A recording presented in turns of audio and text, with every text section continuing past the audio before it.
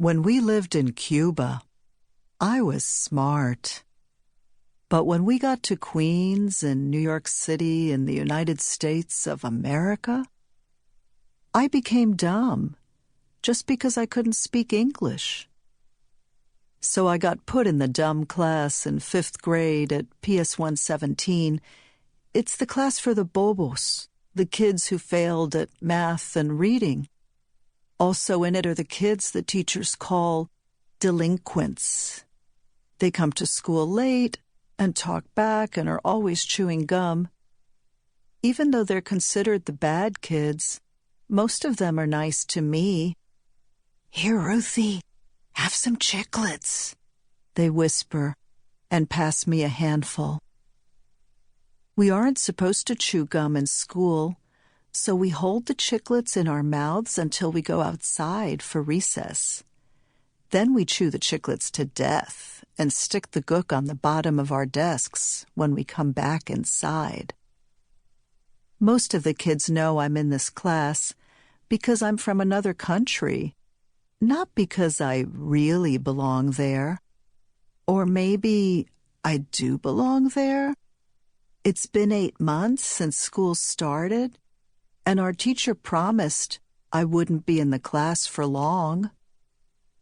I am not dumb. I am not dumb. I am not dumb.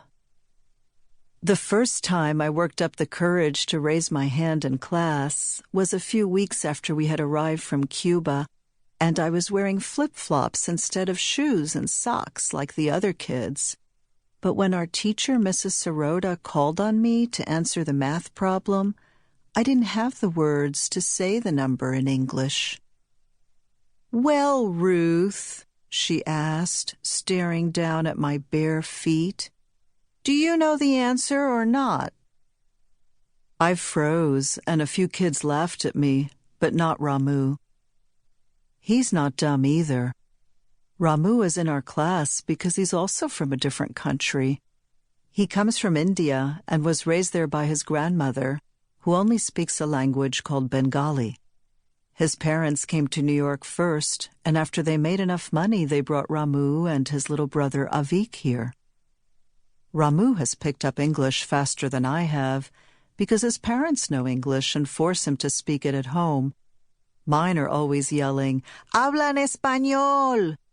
Especially Mommy, who can understand a little English but is usually too embarrassed to try to speak it. Ramu is skinny and bows his head when anyone talks to him. I'm his only friend, and that's because he lives down the hall from us on the 6th floor of our apartment building. Ramu brings Avik to school, and I bring my brother Izzy. Our little brothers are in the same kindergarten class. But after school, Ramu and Avik rush straight home. Mrs. Sharma doesn't let them play with the other children. Their apartment smells different from ours. I get whiffs of it whenever we stumble into each other on the way to school. Today, when Ramu and Avik stepped into the hall, Izzy and I were waiting for the elevator, and I asked, "What is that perfume?" "It's my mother's curry," Ramu says. "What's curry?" "A spice. It makes everything tastes good, even cauliflower." "That's amazing." "Yes, it is, and my mother burns sandalwood incense.